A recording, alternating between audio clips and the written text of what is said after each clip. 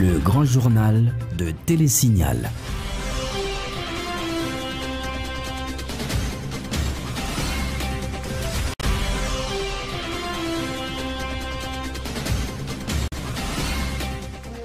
Mesdames, Messieurs, bonsoir et bonne semaine. Très heureux de vous rejoindre pour ce journal. À la une de l'actualité, c'est ce 18 novembre que Michel Martelly dévoilera la synthèse des consultations politiques engagées avec différents secteurs de la vie nationale dans la perspective d'une issue à la crise préélectorale. Alors que les critiques se multiplient suite à la participation du président Martelly à l'émission internationale de la chaîne TV5 Monde le week-end dernier, le porte-parole de la présidence estime que Michel Martelly a répondu en fonction de la réalité haïtienne. L'aéroport régional de Jérémie, dans la Grand'Anse, bientôt rénové. Le Premier ministre a posé la première pierre des travaux vendredi dernier. Et puis, Yannick Lahens décroche le prix Féminin 2014 pour son roman Bain de Lune, aux dépens de Marie-Hélène Lafont et son roman Joseph. Retour dans ce journal sur la célébration les 1er et 2 novembre dernier de la fête de la Toussaint et du Jour des Morts. Un reportage nous présentera l'ambiance qui a régné au cimetière de Port-au-Prince ce week-end. Clôture dimanche de la 3e édition de la Haiti Fashion Week. En succès, se réjouissent les organisateurs qui ont accueilli le Mexique comme invité d'honneur. Et puis à l'étranger, aux États-Unis, les sondages indiquent que les républicains pourraient garder leur majorité à la Chambre des représentants et même remporter le Sénat au détriment des démocrates ce 4 novembre à l'occasion des élections américaines de mi-mandat. En Argentine, la présidente Cristina Kirchner est actuellement hospitalisée pour un état fébrile infectieux. Aucune précision n'est fournie sur la durée de son indisponibilité. Voilà pour les titres. À tout de suite.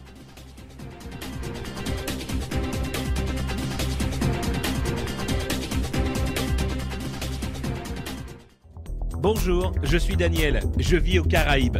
Malheureusement, quand il s'agit de shopping, je suis toujours à court de choix. Par exemple, la recherche d'un cadeau pour ma copine, ou un lecteur MP3, ou même un casque. Grâce à eShopper Express, je peux maintenant faire mes courses en ligne. Les expéditions internationales de magasins en ligne étant si chères et souvent non disponibles, eShopper Express donne l'opportunité à ceux vivant hors des États-Unis de faire des emplettes comme s'ils y étaient. Il suffit d'aller sur le site www.eshopperexpress.com, ouvrir un compte gratuit et voilà, vous recevrez votre propre adresse aux États-Unis. N'oubliez pas d'utiliser votre adresse aux États-Unis pour tous vos achats en ligne. eShopper Express vous informera dès l'arrivée de vos colis chez eux par courrier électronique.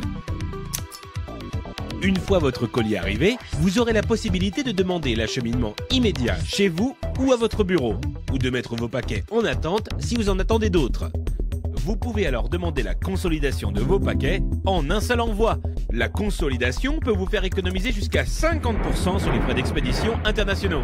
Incroyable! eShopper Express livrera vos colis à votre porte en quelques jours. Pas de soucis, pas de risque, pas de maux de tête. Pour plus d'informations, accédez à www.eshopperexpress.com. Vous travaillez pour construire votre avenir. Les fruits de vos efforts méritent d'être protégés. Tous vos investissements, chaque employé dévoué, chaque précieuse acquisition, aujourd'hui et pour les générations futures, un malheur est vite arrivé. Soyez prêts, car les conséquences pour vous peuvent être dévastatrices. Avec la AIC à vos côtés, vous pouvez affronter sereinement les surprises que vous réserve la vie. Retombez sur vos pieds. Inutile de tout recommencer. AIC est votre filet de sécurité. Vous créez la richesse, nous la protégeons.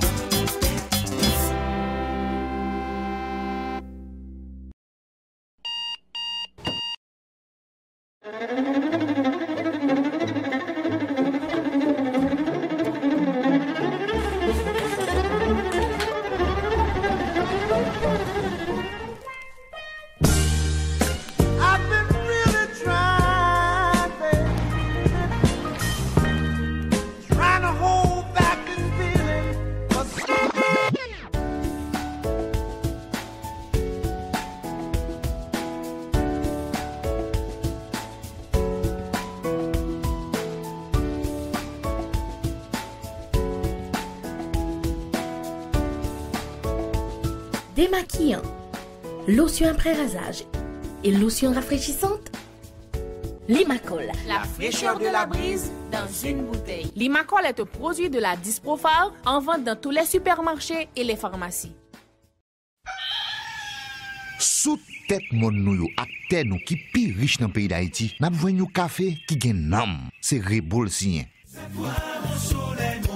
Sorti dans grand danse pour arriver dans grand nord, passer par plateau central, atterrir dans montagne Belancio, ak toute l'autre zone qui produit café dans le pays, nous mettons bons outils, bonne structure et surtout connaissance et confiance dans l'idée pour nous joindre plus bons résultats. C'est depuis notre cueillir grain café, passer dans traitement, que nous mettons bon gens contrôle pour nous joindre plus bonne qualité. Nous servons avec appareil moderne dans sécher, séparer puis trier café. 42 récoltes café nous gagnons sous tête nous là. Ben nous avons pile expérience dans causer traiter café. Volonté pour nous ba ou plus bon service chaque jour, puis plus exiger nous servir avec matériel sophistiqué qui respecte normes et principes, avec différents mélanges nous. Sorti dans gourmet, de luxe, classique, rivé dans lipibon, dans chaque paquet, dans chaque tasse, Rebo pote pour vous, pi bon goût café pays d'Haïti.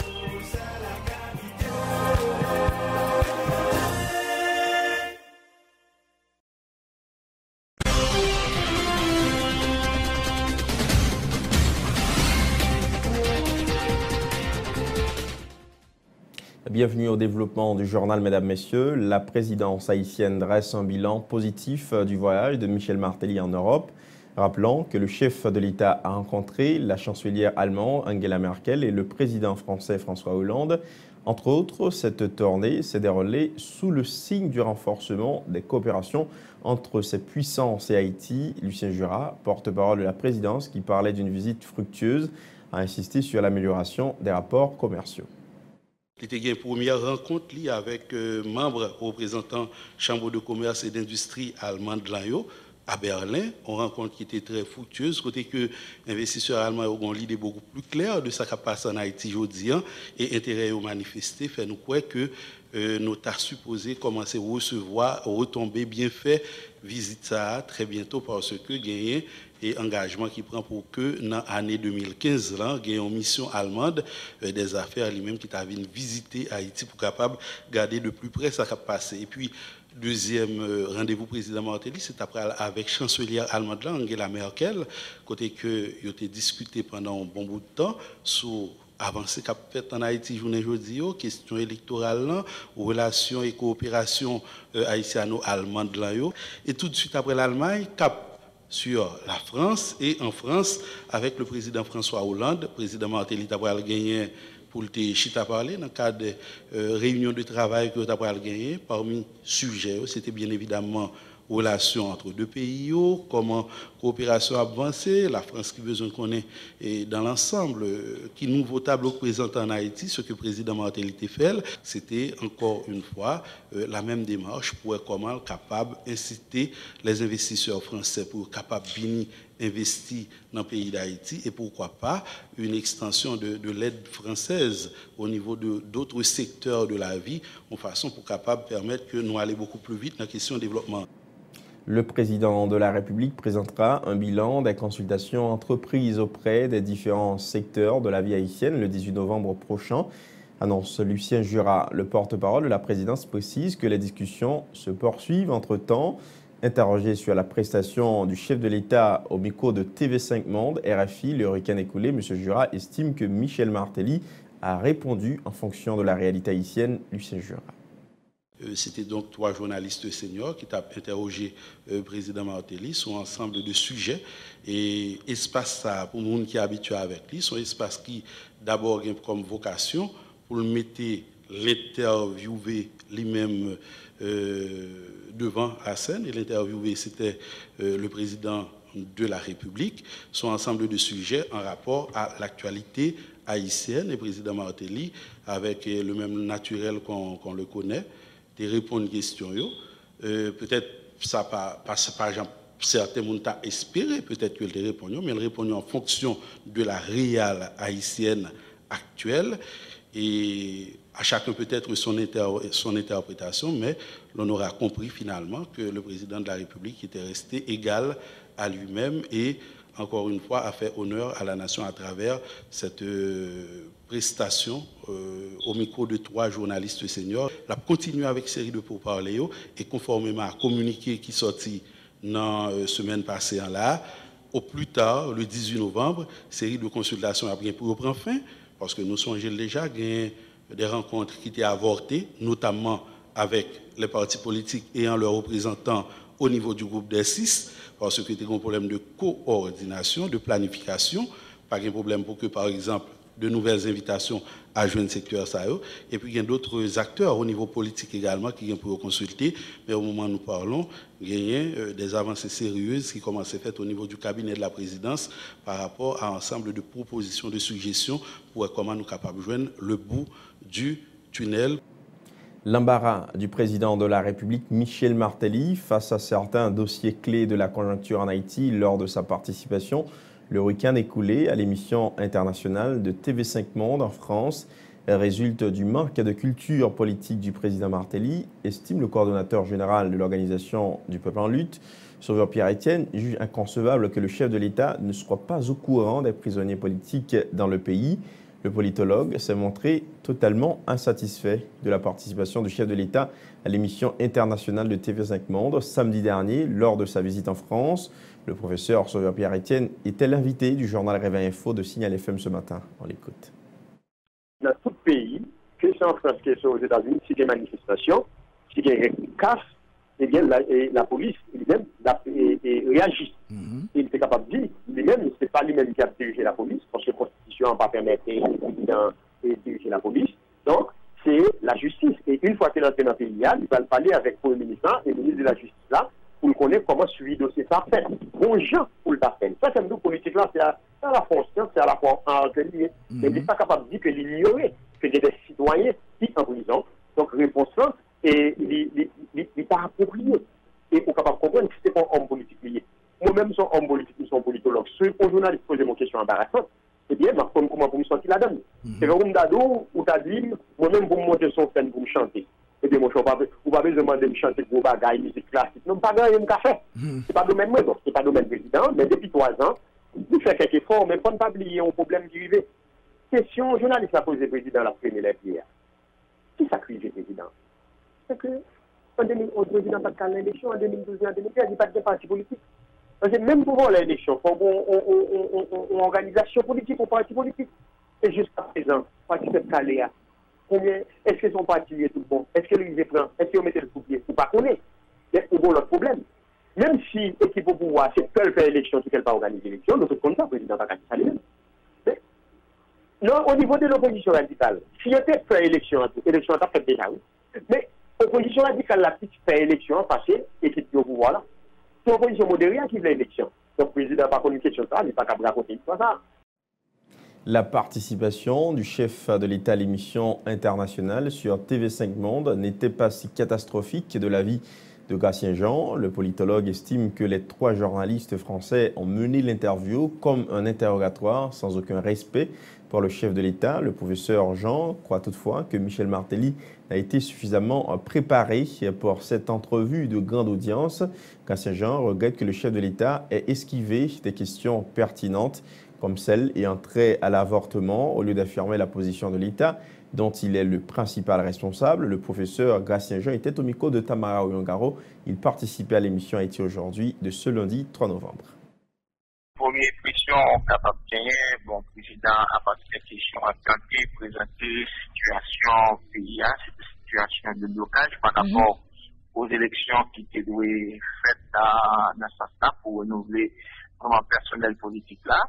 Et aussi montrer des difficultés d'Haïti. Mais quand même, par rapport à la frustration aussi, et il semblerait que c'est peut-être des fatigues ou bien pas connaître, le président va parler trop bien, il est capable de préparer dans ce sens-là. Donc, je pense que l'analyse du discours a senti qu'il était un petit peu stressé, peut-être qu'il était prendre le dépourvu ou bien pas qu'il y ait une préparation au préalable de cabinet, de conseiller, parce que généralement, un chef de l'État et cabinet a supposé non seulement qu'on ait un profil média aucun média que les va gagner pour intervenir là-dedans tout, avoir une idée même de journaliste surtout, et payer tout côté que le travail à tout, et question de coopération qui vient de pays ça, et question de coopération au niveau de renforcement institutionnel, question de coopération tout au niveau économique, de façon que vous êtes préparer les questions. Au premier approche de moi,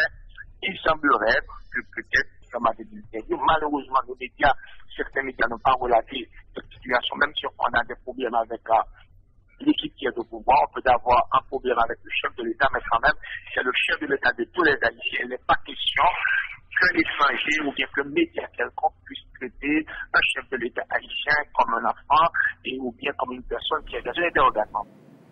Autre réaction, celle du sénateur Francisco de la Cruz, estimant que le président Martelly n'était pas en mesure de comprendre que les 3 journalistes Philippe Deschamps de TV5 Monde, Sophie Malibo de RFI et Paolo Paranagua du journal Le Monde voulaient indirectement montrer au président Martelly, je cite, que son refus d'organiser des élections en Haïti depuis 3 ans, la restriction de la liberté d'expression ainsi que des arrestations politiques effectuées au cours de son mandat sont le signe de l'instauration d'une dictature en Haïti. Les explications du sénateur Francisco de la Cruz faisaient l'analyse de l'interview du chef de l'État au micro de Dukenson Lazare et Yvan Seyid. C'est une belle interview. Nous disons une belle interview, c'est pour démontrer l'importance que ça a gagné. Là, on pose des questions pour que ça ne va pas produire des Haïtiens à la trempe de toute son ouverture. Ça veut dire quoi? Il va dire président de manière directe, tendance comme dictateur ou bien salve les faire dans le pays, puisque pas organiser l'élection, la liberté d'expression, pour qu'ils aient une manifestation, des arrestations arbitraires. Peut-être qu'il pas essayer de déduire, mais en un mot, on lui a tout dit. Et une autre question qui est très importante, est-ce qu'il n'est pas trouvé curieux pour gagner un haut fonctionnaire de Rouvol qui entre aux États-Unis, qui entre en Haïti, qui c'est Tom Shannon. Et pendant que lui-même était dehors, naturellement là, il parle d'ingérence. Il ne parle pas de ça directement. Son façon, il ne va pas dire curieux, il ne va pas dire humiliant, gênant. Pourquoi on est son président? Il y a un minimum de respect. Mais quand même, une autre façon de dire de manière très sage. Mais si vous dites ça de manière, il n'est pas obligé de dire ça de manière diplomatique. Et là encore, il n'a pas le même courage de dire que ce n'est pas gênant, ce n'est pas ingérence. Au contraire, son paysan, il faut aider nous. Donc c'est une attitude irresponsable même du président de la République d'organiser les élections. Et aller dans Burkina Faso, je vous montre que tendance dictatoriale là. Mais lui-même pas essayer de cerner pour qui ça, il t'a posé des questions comme ça. Réagissant aux déclarations du président Martelly, selon lesquelles la non-tenue d'élections dans le pays est due au refus des sénateurs de voter les amendements à la loi électorale, le sénateur Francisco de la Cruz qualifie d'irresponsable de telles déclarations et renvoie la balle dans le camp de l'exécutif. Si les élections n'ont jamais lieu dans le pays depuis 2011, c'est la faute du président Martelly et à l'irresponsabilité du gouvernement, affirme le parlementaire. On l'écoute toujours au micro de Dukenson Lazare et Yvan Seyid.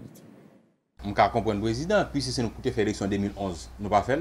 C'est nous qui avons fait l'élection en 2012, nous pas fait. 2013, nous pas fait. Nous faisons CTCEP, nous avons dit qui pas existé. Voilà. Donc c'est nous d'accord avec le président, c'est nous qui avons fait l'élection. Vous comprenez ça? Puis c'est moi-même, c'est nous-mêmes, c'est nous-mêmes législateurs qui toujours fait l'élection dans le pays. Mais nous avons voté loi électorale. Non, écoutez, ce n'est pas question de voter loi électorale. Nous connaissons que nous avons loi électorale 2013, vous allez pas fait. Mais c'est chacun sa part de responsabilité. Comme bien sûr, c'est que le fait que nous, chaque responsabilité, nous avons responsabilité en 2013. Et ils ne sont pas jamais faits. Okay. Pendant ce temps, ce n'est pas en 2013 que l'élection était faite. Il était fait déjà. C'est parce que nous gagnons des gens qui sont irresponsables, nous avons un gouvernement qui est irresponsable parce que pour ça, l'élection est faite en 2013. Bon, écoutez, comme il dit que, il bien dit, si l'argent est débloqué, si tel bagage est fait, mais pendant ce temps, il était convoqué pour penser comme le 26 octobre, et l'élection va jamais faite. Non, ça passe. C'est encore irresponsable. C'est encore irresponsable de sa part. Non, c'est encore irresponsable de sa part. Et c'est pas pour rien il y a le Burkina Faso avec lui. C'est pas pour rien il dit pour qui ça paye pas qu'à produire des hommes à la trempe de toute son ouverture. C'est parce que tu as un idéal l'ouverture qui c'est la liberté d'expression, respect les droits humains, etc.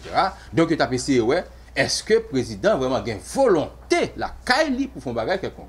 C'est pas pour rien. Il a pensé que c'est une question simple qu'il pose. Parlons éducation à présent. La plateforme haïtienne des organisations éducatives appelle à la vigilance des responsables du ministère de l'Éducation nationale face au cas de corruption qui gangrène le système éducatif haïtien dans sa globalité. Le chef de file de la dite plateforme, le professeur José Merélien, dit détenir des preuves attestant l'implication de certains cadres du ministère dans des actes de corruption. José Merélien invite le ministre de l'Éducation, Nesmi Maniga, à être très attentif face à des corrompus qui évoluent dans le système et qui se seraient opposés à la réforme initiée par le titulaire du ministère de l'Éducation nationale. Les déclarations de José Merélien recueillies par Michel Alexis et Fézé Mathieu. L'aide que ce ministre qui s'est pris le personnage en dans boîte là, si lui-même il pas entrer dans la logique corruption, il n'est pas capable de dire faire des faits. Donc vous êtes très effrayé. Mais comme il s'est rentré dans la logique corruption, là, il est à l'aise pour continuer, puisque tout le monde dans le même sac là. Deuxième bagaille, pour ça, il y a un syndicat. Parce que le syndicat, très souvent, il y a un regard critique sur ce qu'a fait dans le ministère. Il y a des points, mais sous I qui dérangeant. Maintenant, pour exemple, avant, nous avons dans le ministère des gens qui ne sont pas scrutés du tout que l'État gagne des centres universitaires de formation des maîtres, gens nous-mêmes nous demandons là, pour peut-être que l'État ait moyen pour assurer la formation initiale, la formation continue correctement, tout cadre. Maintenant, il y a des types privés. Donc, ça qui est intéressant, c'est affaire de l'État, empêcher que l'État ait moyen pour faire job formation, et pour eux-mêmes, il y a fait millions sous lui. Il y a des nègres dans le ministère qui a joué plus les mains pour que l'État n'ait pas jamais gagné possibilité pour que de lier moyens pour faire formation. Même c'est là qu'il fait millions. Je le disais en titre, mesdames, messieurs, les travaux de réhabilitation de l'aéroport régional de Jérémie débuteront sous peu. Le Premier ministre Laurent Lamotte en a posé la première pierre le week-end écoulé lors d'une visite dans la cité des poètes. Le chef du gouvernement haïtien a promis de continuer à doter ce département de nouvelles infrastructures en vue de son développement. Reportage Esaü César et Wendy Henry. Il est 11h du matin, vendredi 31 octobre 2014. Nous sommes dans la localité numéro 2, 9e section communale de Jérémie, département de la Grand'Anse. Laurent Salvador Lamotte, entouré de la ministre du Tourisme, Stéphanie Balmire-Vildouin, des sénateurs Maxime Roumer et Andrés Richer, ainsi que des autorités locales, posent la première pierre du nouvel aéroport régional de Jérémie. Cet espace va être doté d'infrastructures indispensables à son bon fonctionnement. C'est le maire Ronald Etienne qui a procédé au lancement de la cérémonie en plaçant l'initiative dans son contexte. Nous avons passé embrasser par moteur. C'est route, infrastructure, là, ça veut dire gouvernement Matéli Lamotte en prend cap direct vers le développement. Le coût total de la réhabilitation de l'aéroport régional de Jérémie s'élèvera à environ 300 millions de gourdes. Les travaux s'échelonneront sur une période de 10 mois. Le Premier ministre, Laurent Salvador Lamotte, qui s'est rendu à la métropole du département de la Grand'Anse à bord d'un jet privé, s'est réjoui d'avoir initié le projet. Il a tenu de renouveler la détermination de son gouvernement de doter le pays d'infrastructures aéroportuaires adéquates. Journée aujourd'hui a son gros jour pour le département. Journée aujourd'hui a son gros jour pour Jérémie. Journée aujourd'hui a son gros jour pour la Grand'Anse. Et moi, je suis fier, je suis content en pile que je avec nous journée aujourd'hui pour me lancer travaux aéroport Jérémie. Aéroport ça, il pral mettre département à l'autre niveau. Il pral aider créer job.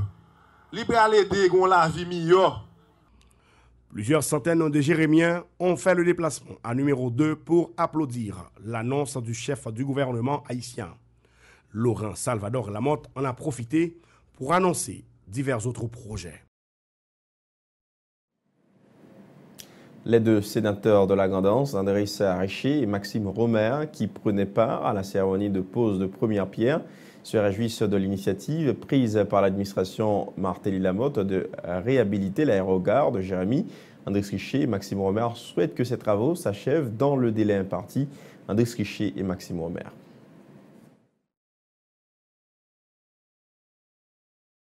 nous avons toujours été traités en parents pauvres. En parents pauvres parce que tout simplement, nous sommes d'enclave, nous pas de cap baissé.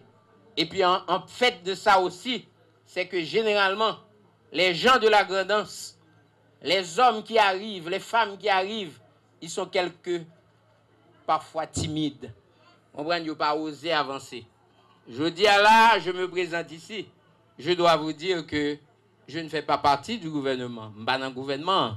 Mais cependant, je suis un sénateur de la République. Et en tant que sénateur de la République, je me rends compte qu'il y a des actions qu'a posées et que normalement la population va bénéficier des lits.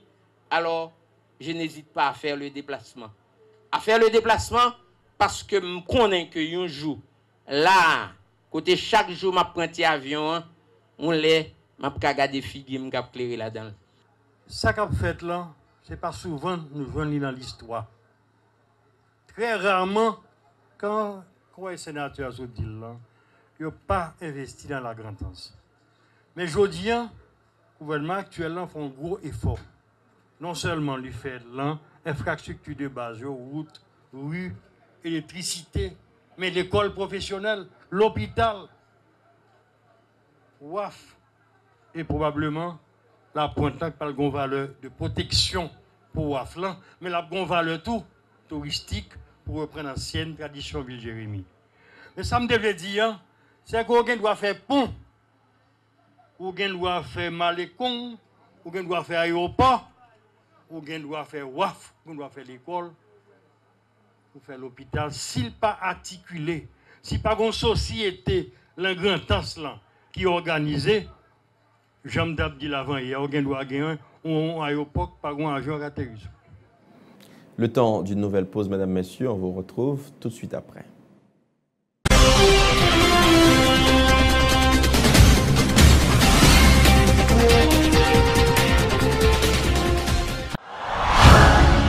Le promoteur de boxe international Jacques Deschamps-Fils présente Orgueil National. Samedi 8 novembre au Caribé Convention Center dès 7h30 du soir. À l'affiche pour le titre WBA Fédélatine des poids légers, l'haïtien Evans Pierre face au Nicaraguayen René Gonzalez, un combat en 11 reprises. Pour le second titre WBA Fédélatine mi-lourd, l'haïtien Azea Augustama contre le dominicain Andy Perez, 11 reprises. Edgar Sosa Carlos Melo, Raphaël Larose, Armin Merkanovic. L'ex-championne du monde Alicia Ashley contre la dominicaine Christian Nova. Samedi 8 novembre dès 7h30 du soir, boxe internationale au Caribé Convention Center. Ce gala de boxe est patronné par la Sogeba, Maison Henri Deschamps, Séjourné Crème Soda, Prime Fitness, Rombard Bancourt, Optimum, Royal Oasis Hotel, Fondation Lucienne Deschamps, Caribé Hotel, Radio RFM et Premium Boxing Promotion. Admission $50. Billets en vente à Maison Henri Deschamps, route de l'aéroport, Hôtel Oasis, Villa Rousseau, rue Faubert, Pétionville, Monchis, Big Star Market, Maison Henri Deschamps, j'imagine, 49 rue Chavannes, Pétionville, Hôtel Caribé, Maison Henri Deschamps, 75 rue Lambert, Uniclub et Caribbean Market. Ça n'a pas passé en bas du tout. Monsieur, ça va vous, monsieur? Ça a été là, il boss. On va au testaille.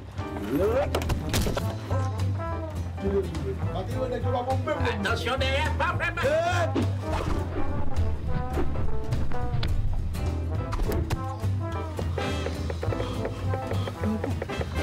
Wilkie, viens t'admirer.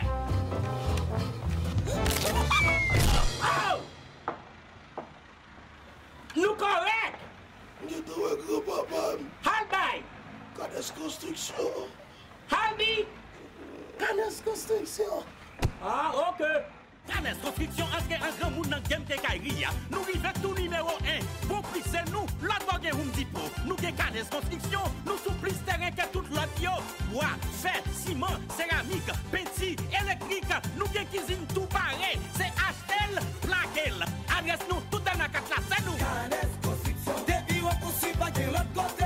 Canes Construction. Car la fin bâtie ou baisser meublé. Canes Construction. Oh, parking pour avion atterri. Les pères, viens ouais piste atterrissage nous attendez. Posez, purti. Oui, monsieur Jonas. Monsieur Jonas, inspecteur Diri. Jeune homme, ouais. Le riz, juste le riz. Diri numéro 1. Là.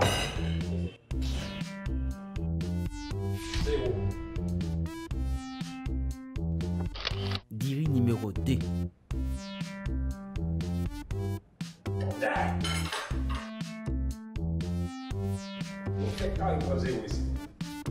Diri numéro 3.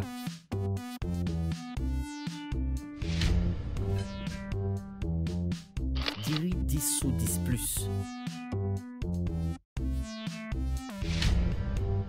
10 sous 10 pour qualité, 10 sous 10 pour goût, 10 sous 10 pour économie, économie pour poche nous. Diri 10 sous 10, bon 10 sous 10 plus. Pour commande, relais dans 28 13 19 91. Côté gratin date ça.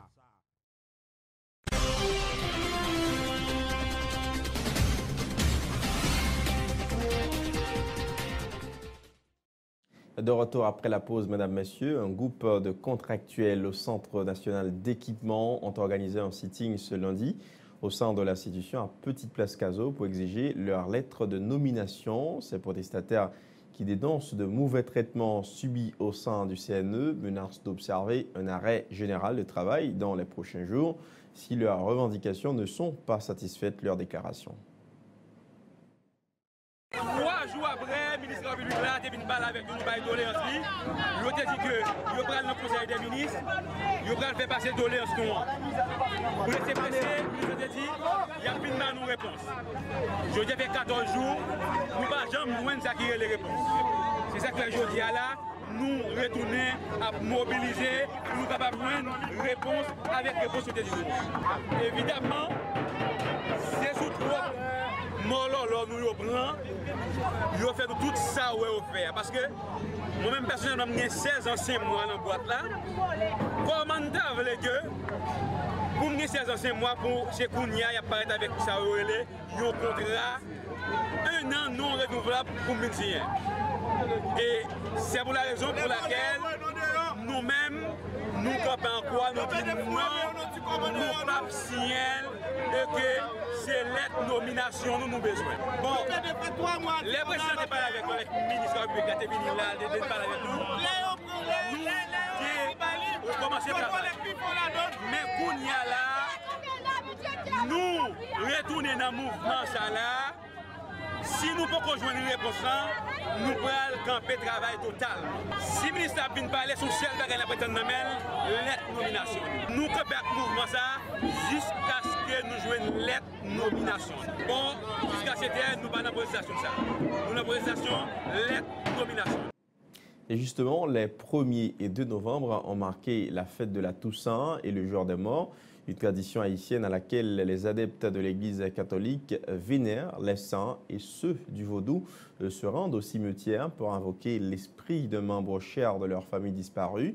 Les fêtards ont effectué le déplacement en très grand nombre cette année au cimetière de Port-au-Prince, invoquant les rois et les saints par des prières et des chants. Frigine Vanessa Dolciné et Yvon Seïd étaient présents durant ces 2 jours au cimetière de Port-au-Prince. Suivez leur reportage.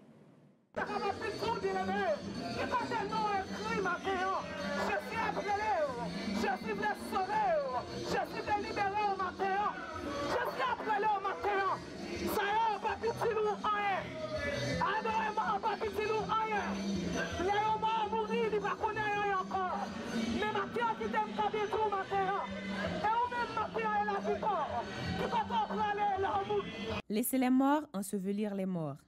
Des chrétiens protestants se sont rodés aux abords du cimetière de Port-au-Prince les 1er et 2 novembre dernier pour rappeler aux vaudouisants ce message de l'évangile de Luc, comme si ceux qui commémorent les morts ignorent ce précepte de Jésus.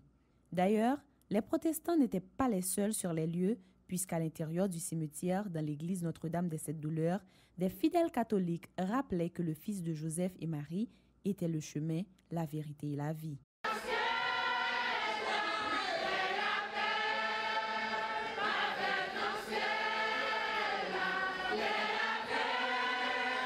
Ce sont 2 jours réservés au Guédé, traditionnellement menés par des barons, Baron Samedi et Grande Brigitte, Les Guédés sont les esprits de la mort dans le vaudou.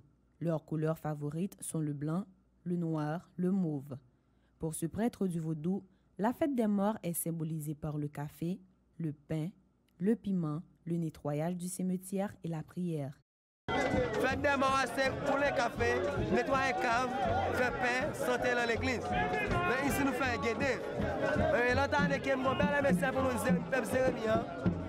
On va faire un Guédé cérémonie dans la cour Léon et la Morvan. Au chevet des morts, il ne s'agissait pas seulement de recueillement. Il y a aussi des défilés de gens vêtus de couleurs suscitées et masquées. Des chants, agrémentés de coups de tambour, l'ambiance était surchauffée au cimetière de Port-au-Prince samedi et dimanche. Des mambots et des ougans ont étalé leur équipement mystique. Ils baignent, distribuent des potions magiques tout en interpellant les esprits. C'est un zombie qui est soulevé, d'après tirer son pièce.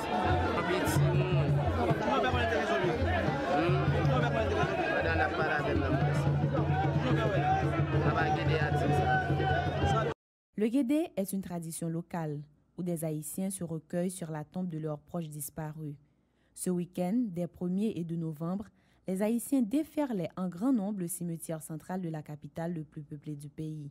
Le contraste est qu'au milieu des morts, certains disent venir célébrer la vie. Tout le monde va libérer le pays. Parce que nous, c'est les morts. Si nous ne pas libérer le pays, et ce pays, nous ne pouvons pas danser encore.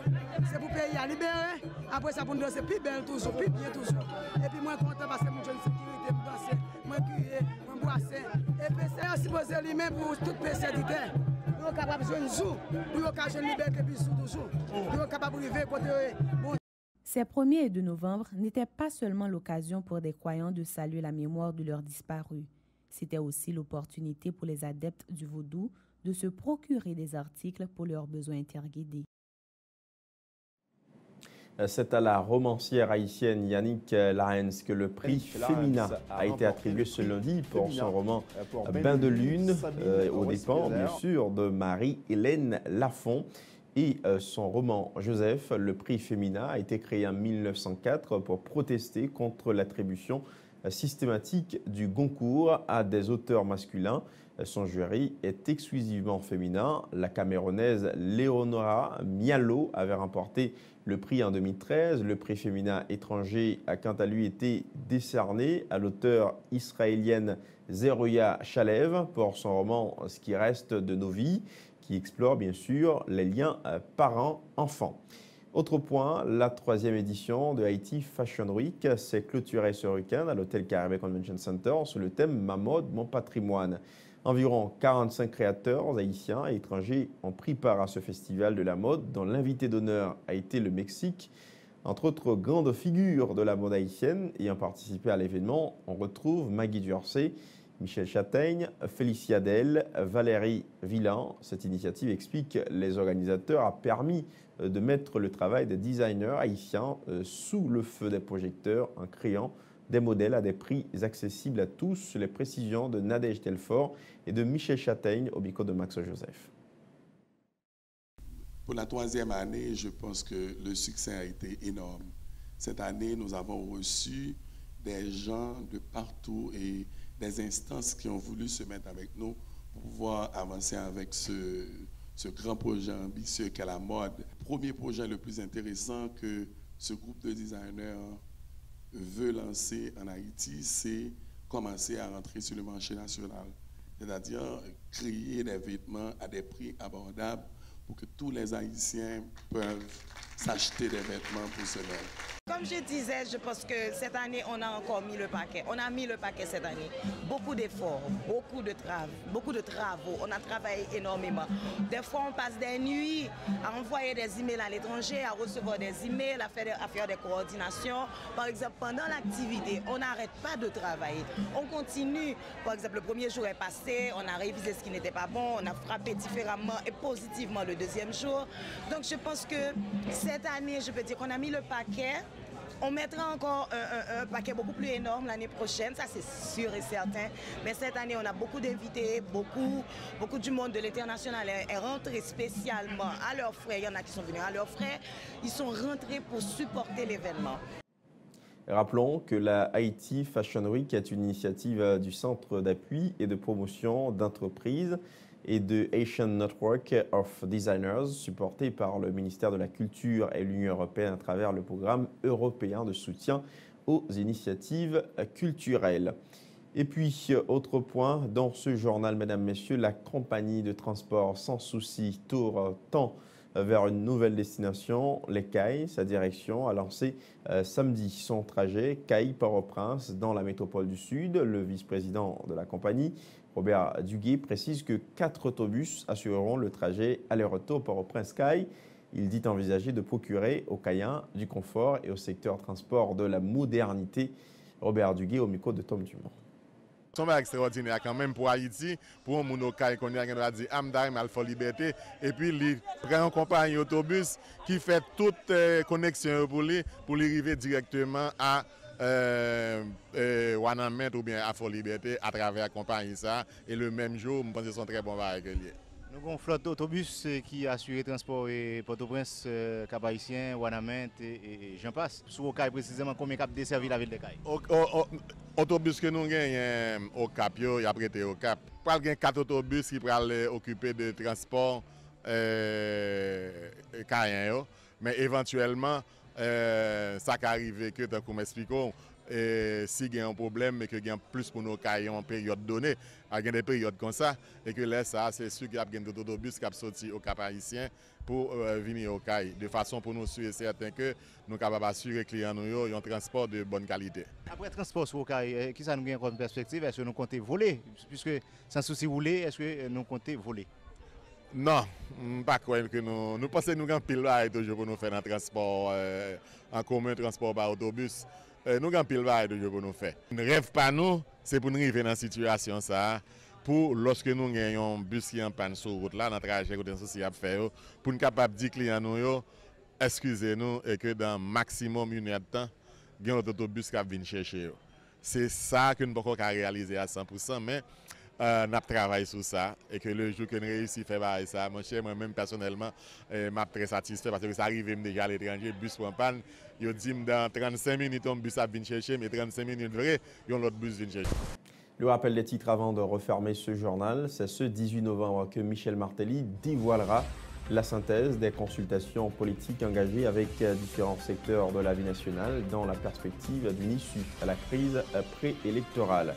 Alors que les critiques se multiplient suite à la participation du président Martelly à l'émission internationale de la chaîne TV5 Monde le week-end dernier, le porte-parole de la présidence Lucien Jura estime que Michel Martelly a répondu en fonction de la réalité haïtienne. L'aéroport régional de Jérémy, dans la Grand'Anse, bientôt rénové, le Premier ministre a posé la première pierre des travaux vendredi dernier.